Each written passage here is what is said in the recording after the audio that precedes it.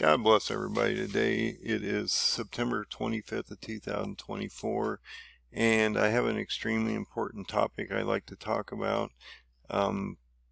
President Erdogan of Turkey addressed the 2024 UN General Assembly on Tuesday, and his remarks were very telling and scathing of a number of different countries and things like that. And he is in the process right now.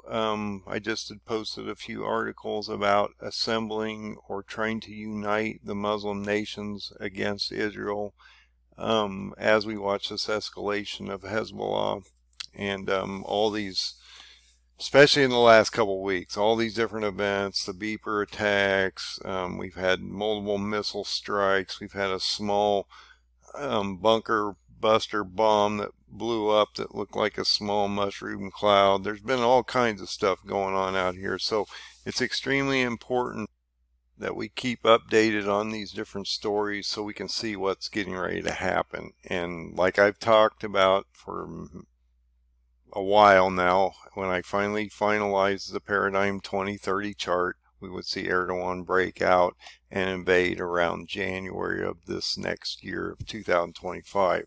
And I truly believe that that is what he's getting ready to do. Now, this speech was about 37 minutes long, so I went out and found the transcript, and so we're just going to look at the transcript of what he actually said so that you can understand that this man is on a mission, okay? And he's also being directed by God, because he's going to bring him against Israel soon as a judgment. So just realize what's happening here, and that this man is going to impact not only Israel, but it will radiate throughout the Middle East, and that will radiate throughout the world.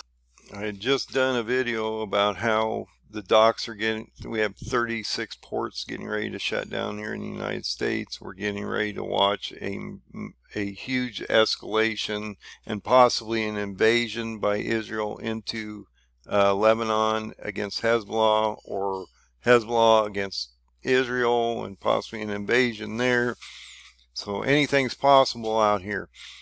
All these things are going to affect, especially the ports, commodities like food, medicines, things like that.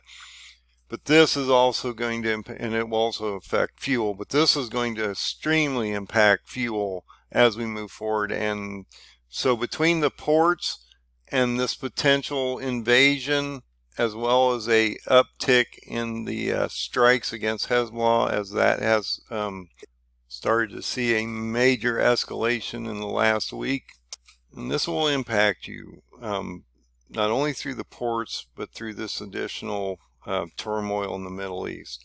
It's going to impact you in a number of ways. You're going to start to see shortages. You're going to start to see demand issues, supply chain issues, which is going to lead to higher prices, which is going to hyperinflate our economy as Jay's trying to cut rates. And you're probably going to see fuels move up tremendously in the next few months. You're also possibly, with these dock shortages, and I should have mentioned this in my last video, and then I'll get on to the speech. We're walking into Christmas with all these shortages and stuff, so it's going to be hard for these supply chains to really stock the shelves, and that's really going to weigh on the numbers as we go into the last quarter, into the new year, into an election cycle. So just be aware of all that. Well, let's go look at his speech and the rhetoric and what he said, because what this guy says he means, and he will do something about it. Now, I've had people say, well, he's just been talking. Yeah, right now he has just been talking up to this point, because he's uniting these 10 Muslim nations that are getting ready to go against Israel, and he has been for 20 years. But now it's culminating into a problem for him due to the carnage down in Gaza as well as Lebanon as we move forward. And we just need to be following these stories, because this is a biblical process that we're going through. And I pointing out to you on the paradigm charts where you are and why these are breaking out at this very moment in time, because God has given us a map that tells us what's coming, I believe. So I'm actually going to play this video. This is a PBS News Hour organization that I pulled this from. I want you to see the video. It'd be easier for him to say it. It is subtitled so you can actually read it. And you can also get a feel for his rhetoric and his agenda and what he's saying out here. So I'm going to go ahead and play this video. I think it's that important. We need to understand just what's going on in this man's head and how he's going to affect the world as we move forward in the next year and a half. So let's watch this, and hopefully you get some good content out of here. I believe you will, and I believe you should be informed about what's going on out here. So let's watch this video.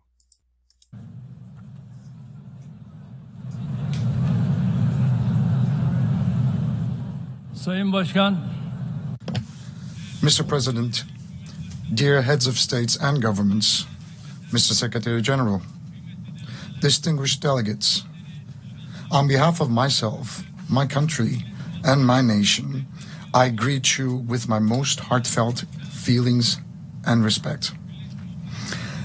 I'm honored to have the opportunity to address the United Nations General Assembly once again today. Well, I hope that the 79th General Assembly will be a blessing for our countries and for the entire humanity.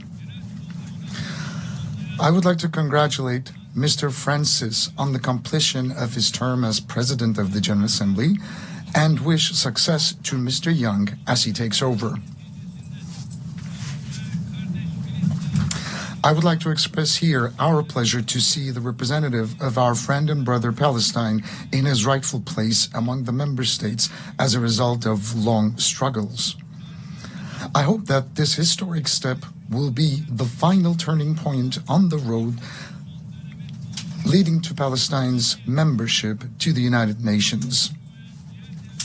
The international community and all of us in the human family must fulfill our obligation to the Palestinian people without further ado, that haven't done already. Distinguished guests, I know that there are certain crises that you're monitoring on TV, and those are the crises that we are going through every day, and we're trying to manage them. That's why today I'm not representing a country that is situated far away from tensions, but instead that is found at the very heart of tension and war.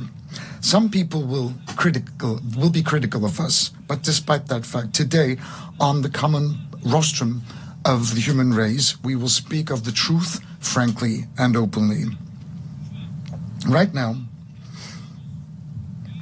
the United Nations, under the roof of which we are found today, were established in the aftermath of the Second World War, in which millions of people have lost their lives to maintain international peace and security.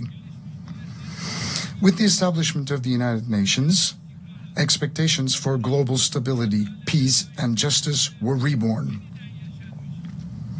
And hopes for peace were sprouted again.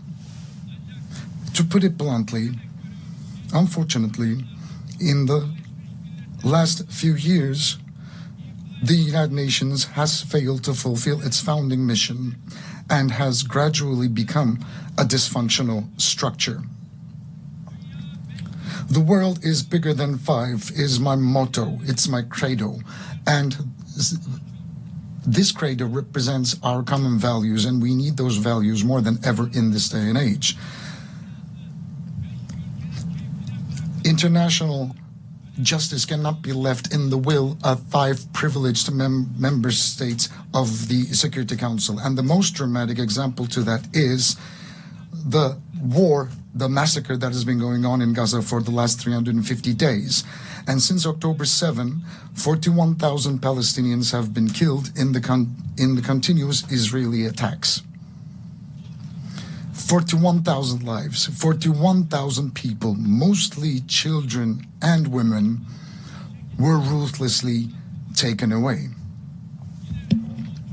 And no one knows where more than 10,000 people are, most of which are children.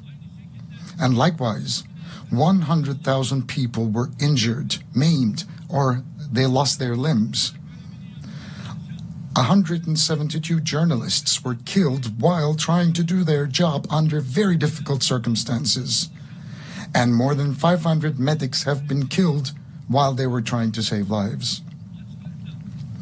Humanitarian aid workers and the United Nations personnel who came to the rescue of the people of Gaza who were struggling with hunger and thirst were killed. More than 215 United Nations personnel. They hit marketplaces, tents, and camps where the refugees were sheltered. They hit 820 mosques and 3 churches that shouldn't have been touched even in war.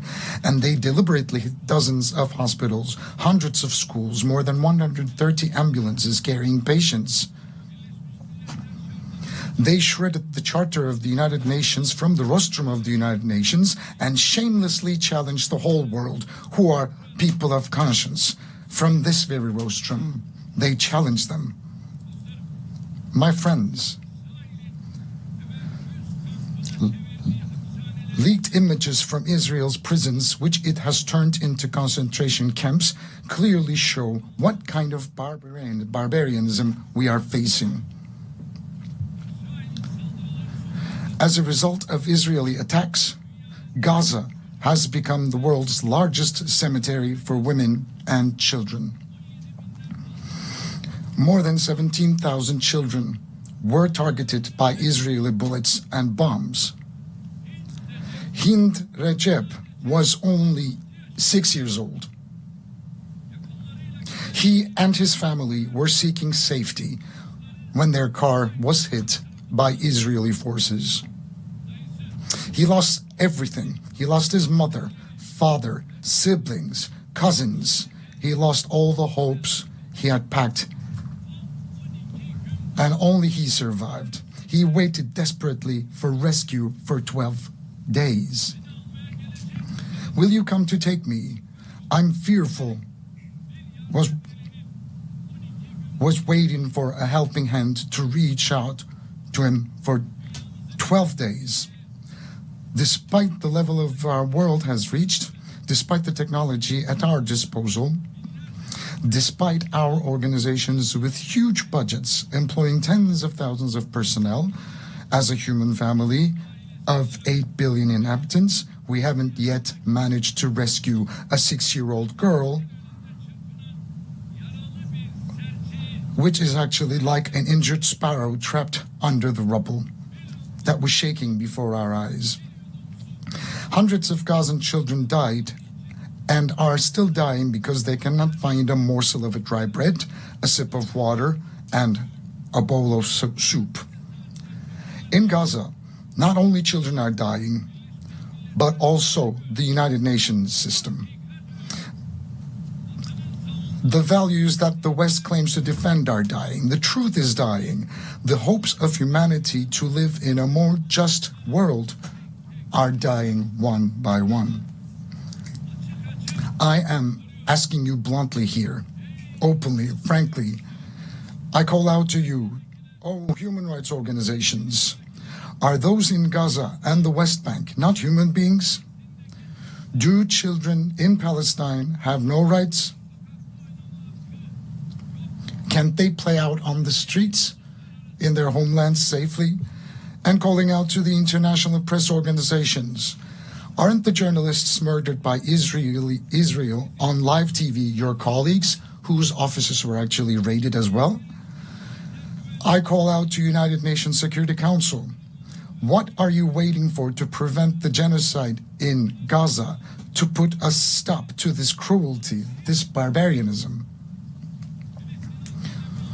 What are you waiting for to stop Netanyahu and his network, who is endangering the lives of the Palestinian people, which is a part of a mass murder network And what are you still waiting for to stop them, putting to danger their own people and the entire region for political gain? I would like to call out to the countries supporting Israel in an unconditional manner. How long are you going to be able to carry the shame of witnessing this massacre? Dear friends, while children are dying in Gaza, in Ramallah, in Lebanon, while babies are dying in incubators, unfortunately, the international community has given a very bad test and failed in a big way. What's happening in Palestine, look, is a sign of a great moral collapse. I believe that the peoples of the world, the leaders of countries and international organizations should reflect on this painful picture, upon this painful landscape. And I would like to state very clearly and loudly here, the Israeli government, disregarding basic human rights, trampling on international law at every opportunity, is practicing ethnic cleansing, a clear genocide against a nation, a people, and occupying their lands step by step.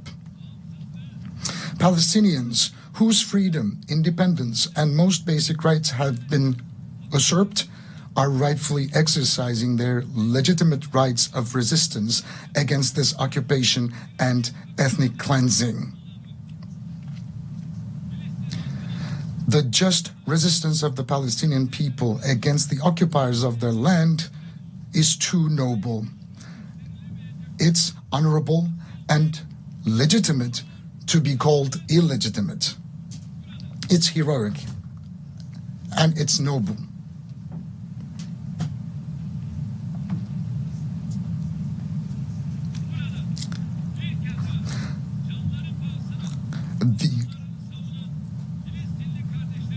The only reason for Israel's aggression against the Palestinian people is the unconditional support of a group of countries. And I would like to wave at my brothers and sisters at the legitimate resistance in Palestine.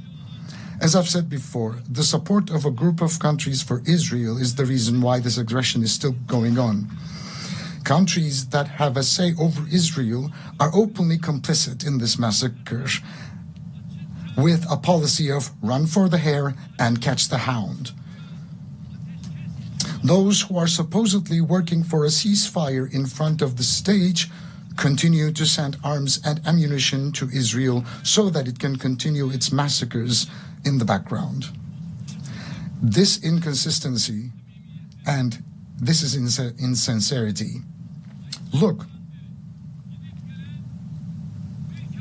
there's a paper that has been going around back and forth since May.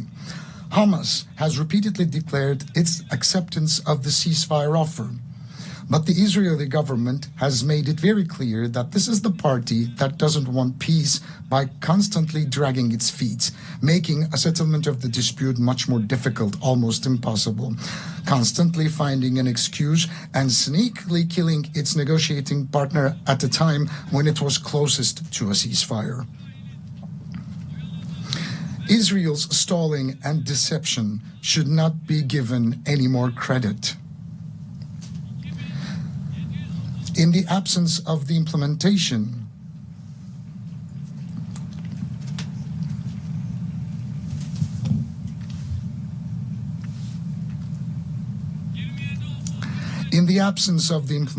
of UN Security Council Resolution number 2735, coercive measures against Israel should be put on the agenda.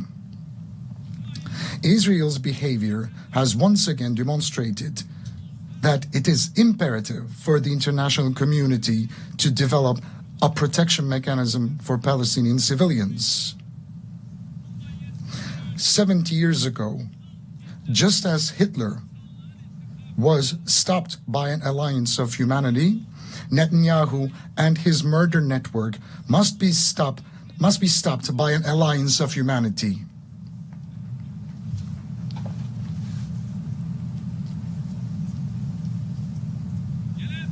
We believe that the General Assembly's authority to recommend the use of force, as in the 1950 resolution on unity for peace, should be considered in this process during this time.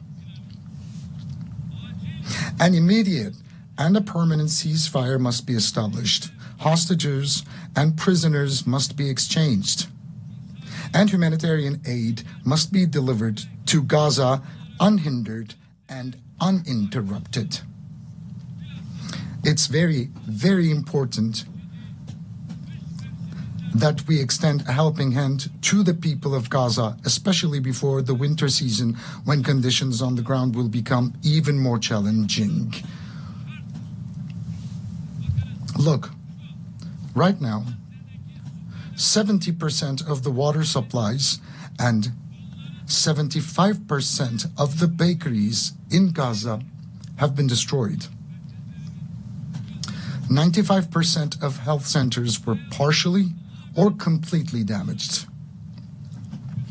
150,000 houses were completely destroyed. 200,000 houses were partially destroyed, and 80,000 houses become uninhabitable.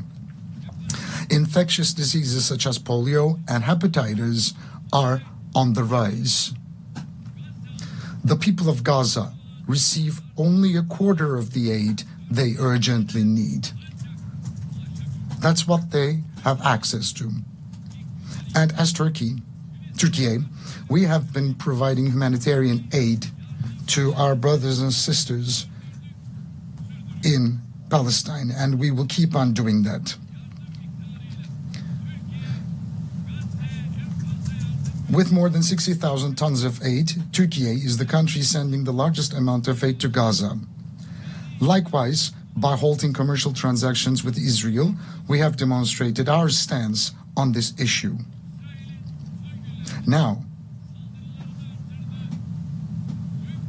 during the last couple of weeks, attacks by Israeli have been increased in Lebanon, and we are by the side of Lebanese people and the Lebanese government.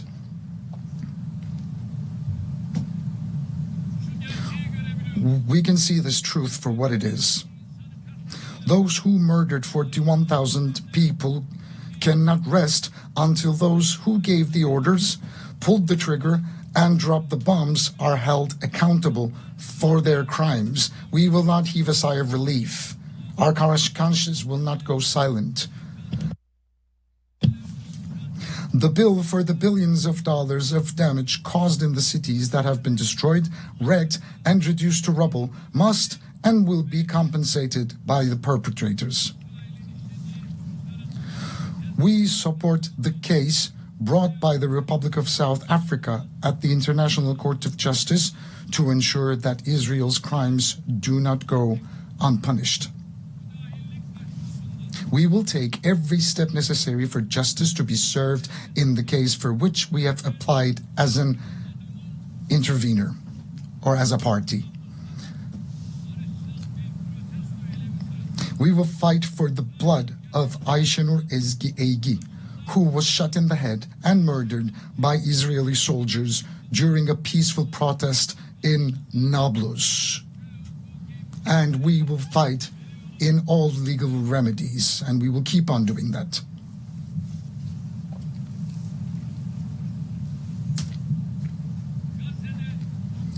While a ceasefire in Gaza is urgently needed, the underlying problem in the Israeli-Palestinian conflict is the Israeli occupation of Palestinian territories. Based on the 1967 borders, an independent, sovereign, and geographically integrated Palestinian state with East Jerusalem as its capital must come into being. This cannot be delayed any longer. I would like it to be known that we are closely following Israel's increasing attacks on our first Qibla, Al-Aqsa Mosque and Haram al-Sharif. I would like to state once again on this podium as Tayyip Erdoğan, once again, that I'm not using a language of politics.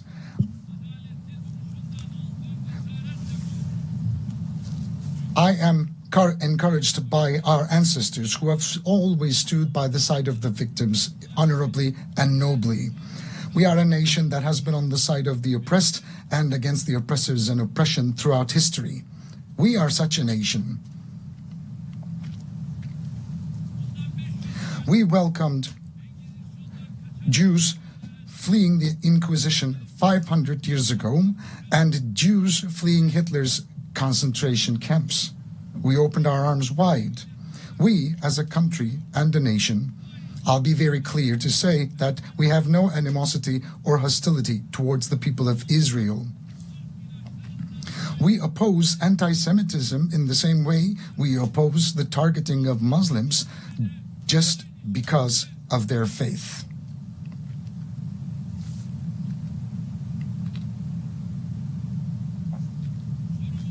Our problem is with the massacre policies of the Israeli government.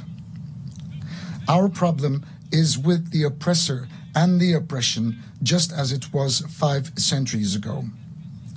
Everybody should know about this. We will always speak of the truth and speak of what's right and what's fair. Even if some people will be uncomfortable, we will continue to shout out the truth and stand by the righteous and boldly say that we will speak of what we know is right, even though it will hurt some people.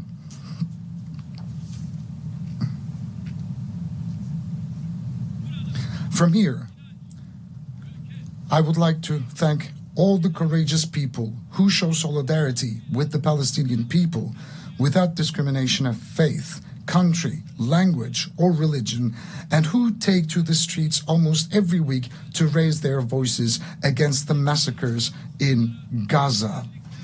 I would like to especially thank the university students and the youth.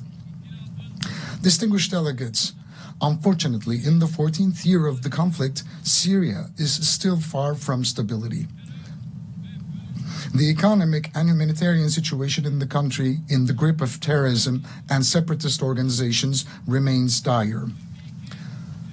On the basis of UN Security Council Resolution 2254, we hope to advance the political process and achieve national reconciliation. We are determined to sincerely pursue our position in favor of a realistic dialogue. We are very sincere in that regard. Our neighbor Iraq, while continuing its fight against terrorism, is taking decisive steps towards development, reconstruction, and reintegration with its region. And the international community must support Iraq's efforts. In this context, it is important to implement initiatives such as the Development Road Project, which will benefit the entire region on a win-win basis. The success of all these efforts depend on the complete elimination of the terrorist threat in Iraq, in particular the PKK. We are strengthening our common action plan with another neighbor of ours, Iran, in the region in order to establish stability and peace. It's going to contribute tremendously to our efforts. The war in Ukraine has been going on for 3 years, and we are still away from establishing a permanent peace and stability. As the arms race accelerates, the space for diplomacy is shrinking. It's very important that diplomacy and dialogue will ensure territorial integrity and sovereignty of Ukraine, and our support for those endeavors of Turkey will continue even strongly. And again, during this process, we are determined to implement the Montreux Convention on the Straits. We will rigorously implement the Montreux Convention. We support the peace process between Azerbaijan and Armenia and hope that this process will be concluded as soon as possible with good news. We support continued high-level contacts between the two countries. And we are focusing on dialogue. Turkey and Armenia.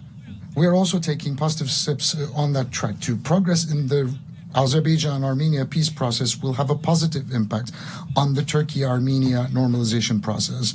Dear friends, we play a constructive role for the prosperity and peace at the Balkans, of which we are an integral part, and we act in close cooperation with all actors in the region.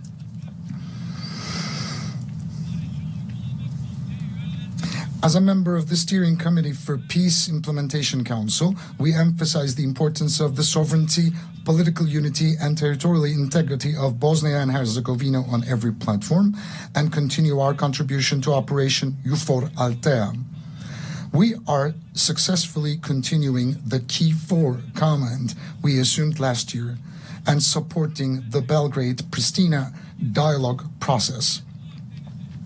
We want to see the Aegean Sea and the Eastern Mediterranean as a zone of stability and prosperity where the legitimate interests of all the parties are concerned can be respected. It is in the common interest of the entire region to enhance cooperation, particularly on the delimitation of maritime jurisdictions in accordance with international law, freedom and safety of navigation, and maritime trade. International maritime law encourages cooperation between littoral states in closed or semi-closed seas, such as the Aegean Sea. Turkey is ready for constructive cooperation on all issues, especially in energy and environment. We have the longest coastline in the Eastern Mediterranean, and Turkey's key role is undeniable. Turkey has legitimate rights and authorities in the western part of the island of Cyprus, while the Turkish Cypriots have legitimate rights in the areas around the world. It has been 50 years since the Cyprus peace operation and 61 years since the Cyprus issue emerged as a result of the Greek Cypriot usurpation of the partnership state. From that day until today, peace and tranquility have prevailed on the island. It was always the Turkish Cypriots and Turkey who put forth the sincere will to bring about a just, lasting, and sustainable solution to the Cyprus issue. The federation model is now completely outdated, and we fully support the vision of a two-state solution with two different nations put forward by the Turkish Republic of Northern Cyprus. The sovereign equality and equal international status of the Turkish Cypriots, which are the vested rights of the Turkish Cypriots, must be re-registered and the isolation must end.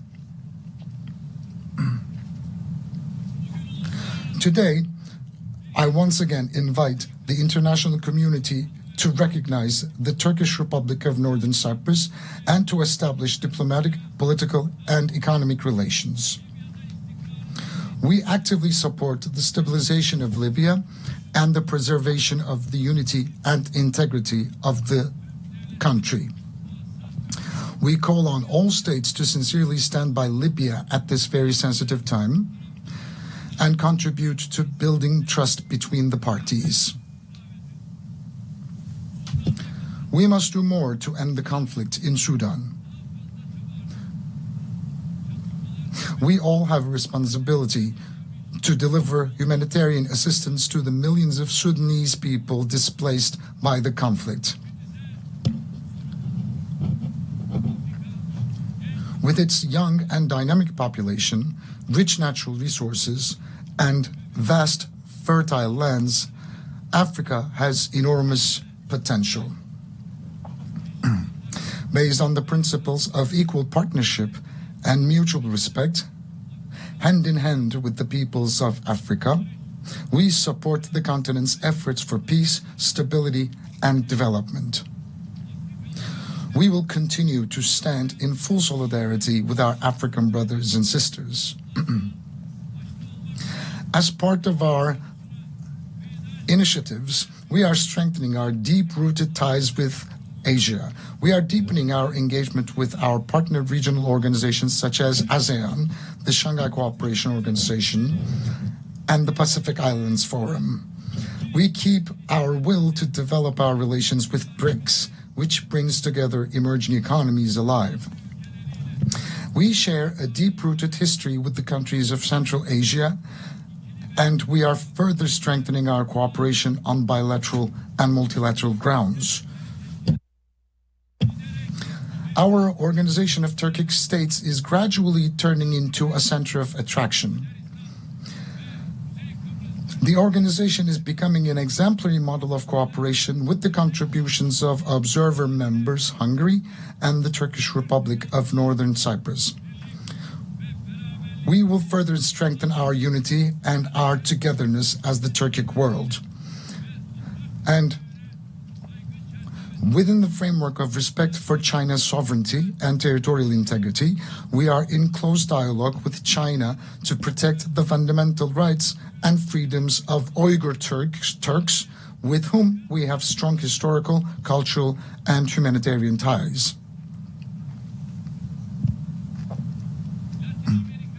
We endeavor to build on the friendly ties we have established with the countries in Latin America and the Caribbean. Distinguished delegates, we must work together to address global injustice. The United Nations Sustainable Development Goals concept of leaving no one behind is a guiding principle for these efforts. As one of the largest aid donors relative to its gross domestic product, Turkey's development cooperation activities contribute to achieving the Sustainable Development Goals. We contribute to efforts to ensure fair, inclusive growth and development in all international platforms, especially the G20, of which we are a member. We approach technological breakthroughs not as a source of new injustice and conflicts, but as a source of a more prosperous future, such as AI. We believe that all nations should equally benefit from the transformative power of these breakthrough technologies. The United Nations Technology Bank for Least Developed Countries, which we are hosting, is a concrete manifestation of our efforts in this direction. But unfortunately, the cyber terror attacks that took place in Lebanon last week show us once again how deadly these technologies can be used as weapons. I approach the climate change issue from that same perspective. No country can tackle emission reductions and climate change adaptation alone. The most important issues for developing countries are financing, technology transfer, and capacity building. I sincerely believe that the COP29 climate summit in Baku will contribute to the solution of these issues.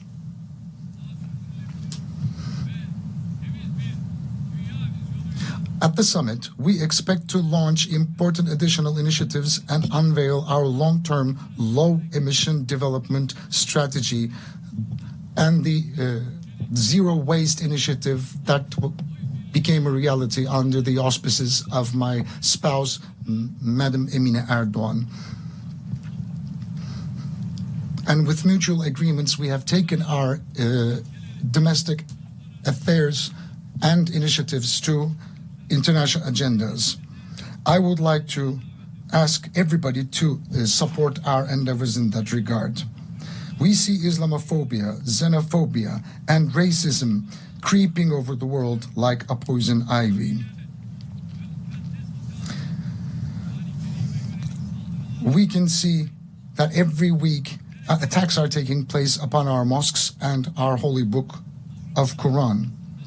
In the middle of Europe, people's homes are set on fire and lives are taken because of their ethnic and religious affiliation.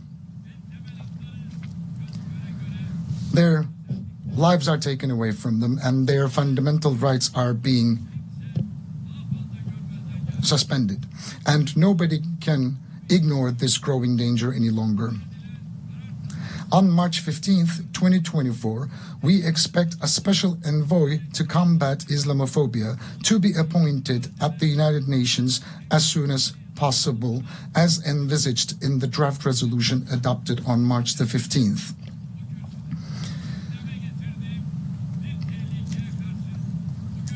Today, I would like to draw your attention once again to the danger that I raised last year on this podium. Attacks on the institution of family, the pillar of society, are increasing. The disgrace staged at the opening of the 2024 Olympic Games has revealed the extent of the threat we face as humanity.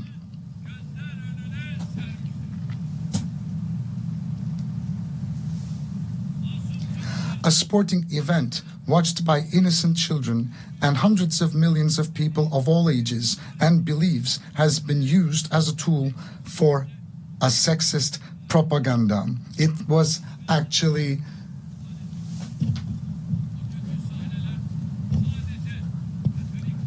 a parade of bad scenes. Those disturbing scenes of evil have wounded not only the Catholic world, the Christian world, but everyone who respects the sacred values.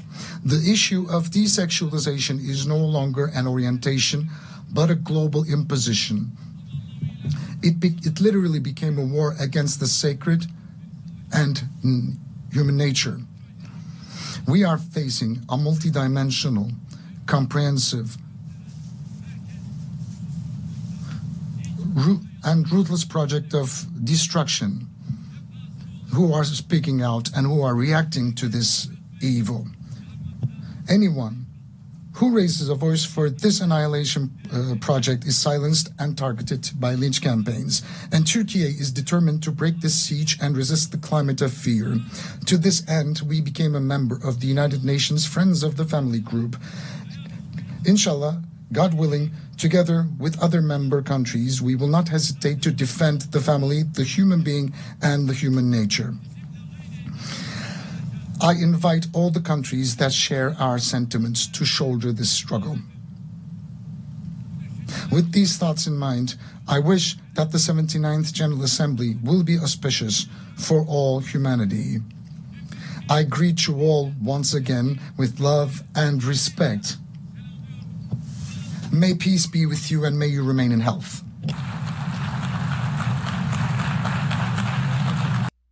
So I thought this was an extremely important speech. It was packed with a lot of information. If you actually want to dive into what he was saying, you know, he covered different things like how this genocide of the Palestinians or Hamas is really being legitimized by the West, and how they should be forced to take responsibility, pay reparations, different things like that.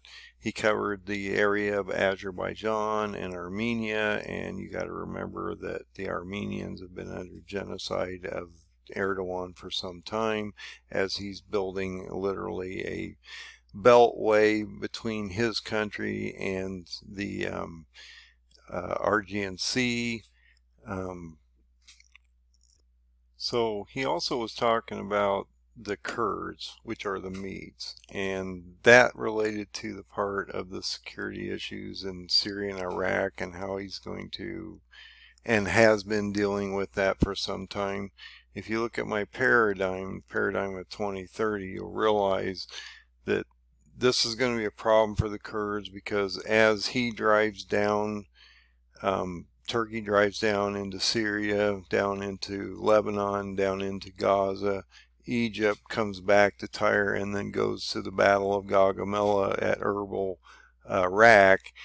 The Kurds are going to be forced to or be driven down and align with Iran, and when that alignment occurs, you have Turkey come over, smash both those nations, and that's the completion of Daniel 8. And then once Iran, or Persia in this case, falls to Turkey, they're absorbed into that 10-nation army that's going back over to Israel by March of 2026. Now, I believe that that attack will happen around February and March of 26 based on that 15-day gap of time of the sixth seal.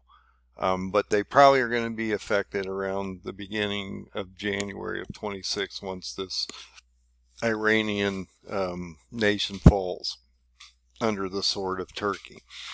So just realize that that is getting ready to come out. This guy, you know, and you have to think about that. That happens around January of 26. We're moving into October here. You know, we're about 15 months away from that potential process of watching Iran fall as a nation. So that's going to be an extreme event. And then within a couple months, shortly after that, we're going to watch a massive siege on Jerusalem and Israel with a potential sixth seal event in March of 26. So there's a lot to unpack. There's a lot going on out here. So I hope you see what's coming. I hope you're getting prepared.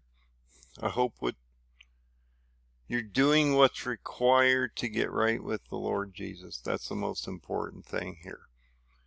You need to open up the closet, you need to repent, and you need to get right with the Lord Jesus. All this other stuff's material. It's the spiritual that really matters here. So be safe out there, get right with the Lord Jesus, repent, and God bless everybody. Have a great night.